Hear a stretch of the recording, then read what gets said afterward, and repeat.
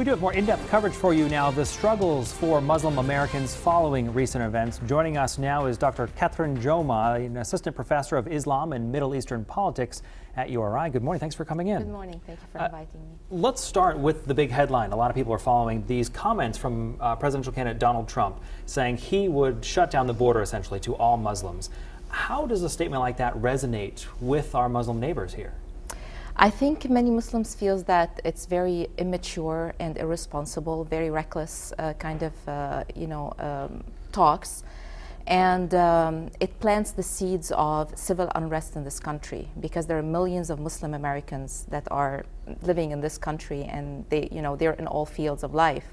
So when you say something like that, you're creating some kind of civil unrest. It's very uncomfortable, and I think he should know more about what's going on in the world. For example, if you look at Syria was a great place, there was no problem. It started with some kinds of these comments that escalated into violence, and then they started providing weapons into the country, and then you have a destroyed country with more than 7 million displaced inside and 4 to 5 million displaced outside.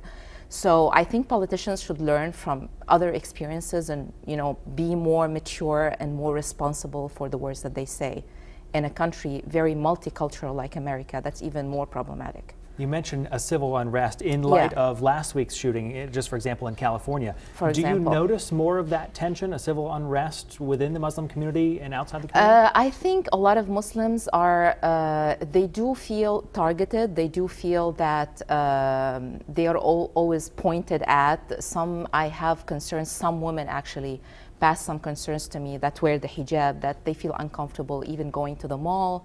They feel they could be harassed. One person actually said that she was harassed.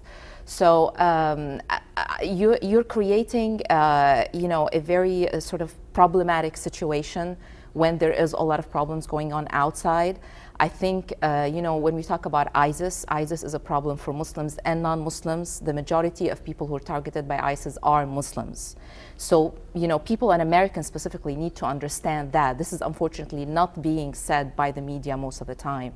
They think it's a Muslim issue, right? But Muslims, Christians, and Jews, all of people, Buddhists, atheists, they all have people who are extremists. It has nothing to do with the religion. It's politics, it's geostrategic, it's a lot of states are involved in it, including the United States of America.